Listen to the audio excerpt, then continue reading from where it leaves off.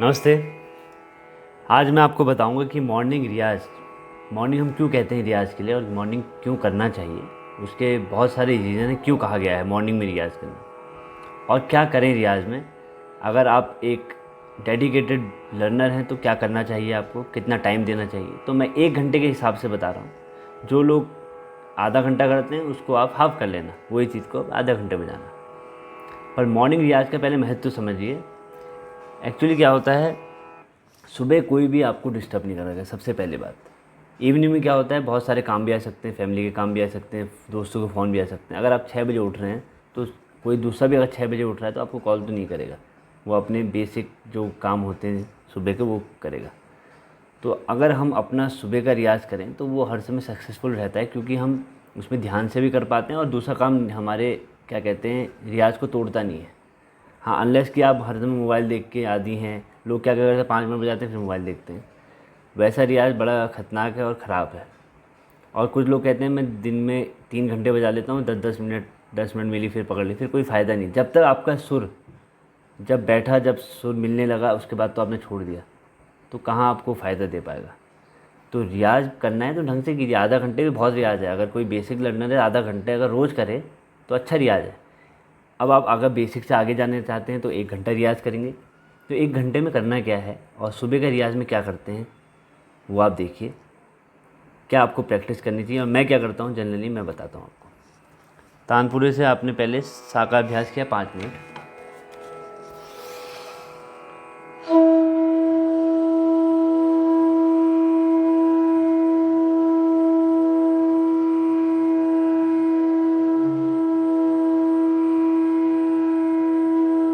और ध्यान रखिएगा सुबह आपको थोड़ा सा तकलीफ होगी। 5-10 मिनट बाद आपका सुर अच्छा आने लगेगा, क्योंकि सुबह थोड़ा ठंडा रहता है माहौल, तो थोड़ा सा तकलीफ होती है। बस सुर आप सा 5 मिनट बजाइए, लोअर पा बजाइए, मीडियम पा, हाई सा और हाई पा, ये 5-5 मिनट।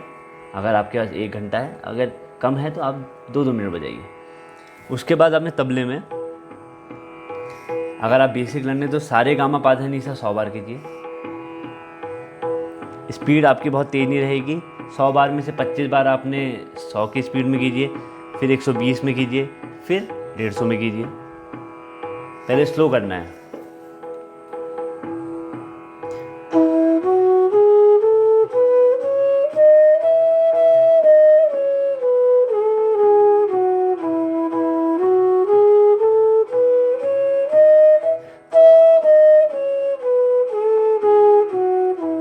फिर आपने स्पीड बढ़ा ली 25-30 बार करने के बाद।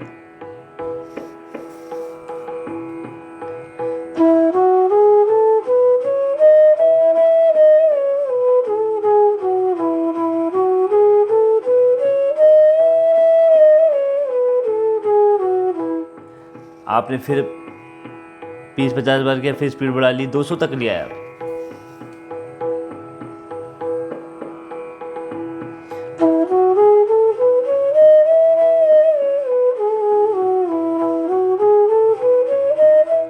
तो आपका ये बहुत अच्छा रियाज हो जाएगा। उसके बाद आपने क्या करना है, जब आपने ये कर लिया सारे गामा पाधा निसा बहुत बजा लिया, और जो थोड़ा सा एडवांस लर्नर हैं या इंटरमीडिएट हैं तो पा टू पा बजाइए। पाधा निसा रे, पा लोअर से पा हाई तक।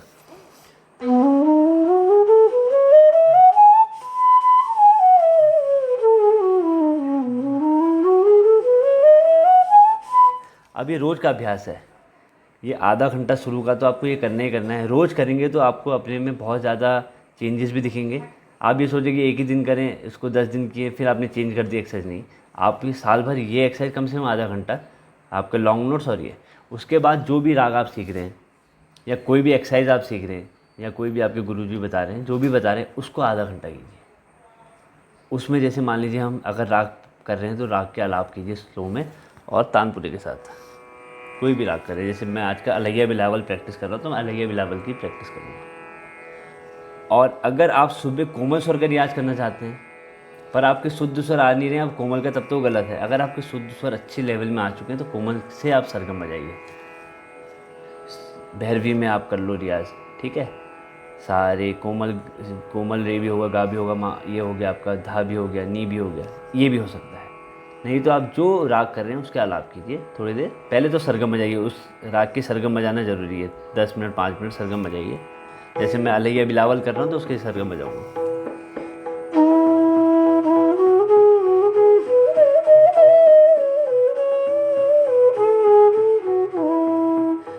तो ये मुझे सरगम उसकी प्रैक्टिस करनी पड़ेगी। खूब मैंने प्रैक्टिस कर ली, उसके बाद फिर मैं आलाप की तरफ जाऊँगा। फिर आपने आलाप स्लो करने हैं। अब ये रोज़ का अभ्यास है, ऐसे नहीं आप रोज़ चेंज करेंगे, ठीक है।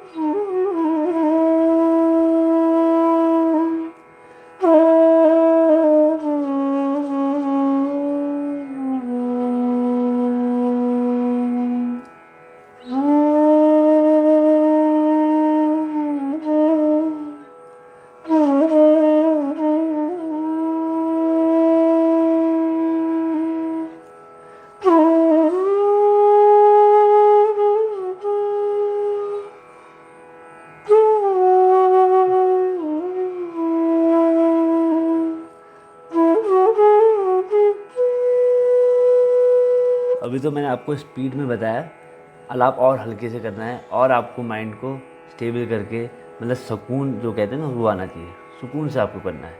तो ये सुबह आपको बहुत अच्छे से हो पाएगा, ज़्यादा शोर शराबा नहीं होगा। तो आलाप के लिए तो बेस्ट टाइम है मॉर्निंग, इतना स्लो होना चाहिए।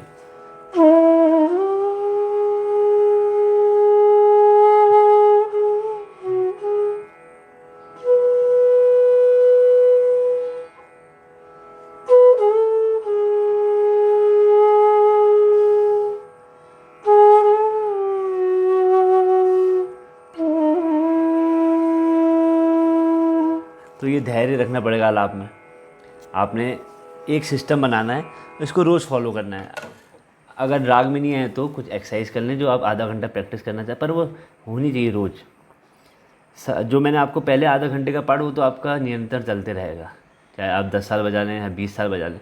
उसके बाद जो आपके पास टाइम है, जो भी आप नया सीख रहे हैं उसको आप प्रैक्टिस करें। जब तक वो हाथ में नहीं बैठता उतने दिन आपको वो प्रैक्टिस को देने पड़ेंगे। तो ये रियाज़ का सही तरीका है। रोज़ नई नई चीज़ें करके और 5 मिनट बजाई, 10 मिनट फिर बजाई, वो कोई फ़ायदा नहीं। क्योंकि सुर में आपकी स्थिरता कैसे आएगी? सुर तो हिलता रहेगा, आपको पता ही नहीं चलेगा आपको क्या बजाना है। तो आप मिसगाइडेड जो रियाज़ होता है वो बेकार है, कुछ भी करें। और इसको सुन के भी आप करें। जब आप शांत रहेंगे, बांसुरी में सबसे मेन है कि आपका सांस में कंट्रोल।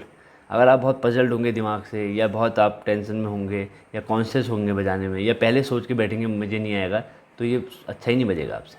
सुर भी हिलेगा आपका। सुर जब हिलेगा, फूंक हिलेगी, तो ये आपके रिजल्ट, आपके फ्लूट में अच्छा नहीं बजेगा।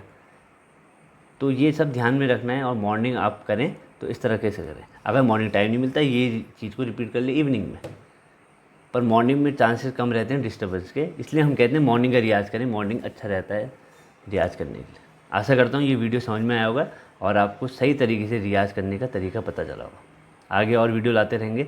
ज़रूर चैनल को आप लाइक कीजिए और सब्सक्राइब आप कर ही रहें। बाकी लाइक करिए जिससे और लोग भी इसके फ़ायदा उठा सकें। धन्यवाद, नमस्कार।